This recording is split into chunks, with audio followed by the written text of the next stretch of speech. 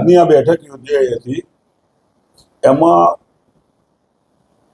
પ્રધાનમંત્રી આવાસ યોજના જે આપણા યશસ્વી વડાપ્રધાન નરેન્દ્રભાઈ મોદી સાહેબનું સ્વપ્ન છે કે ઘર વિહોણા લોકોને પોતાનું ઘર થાય, એટલે છેવાડાના માનવી સુધી પહોંચવાનો જે પાર્ટીનો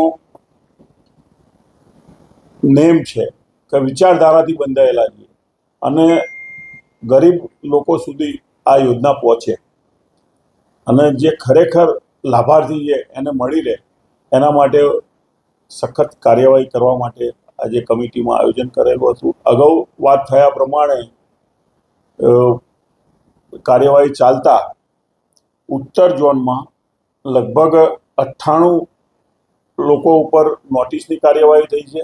એમાં 4 મકાનને સીલ કરવામાં આવ્યા છે. દક્ષિણ ઝોનમાં 11 લોકો ઉપર કાર્યવાહી નોટિસ કરવામાં આવી છે અને 5 મકાનને સીલ કરવામાં આવ્યા છે.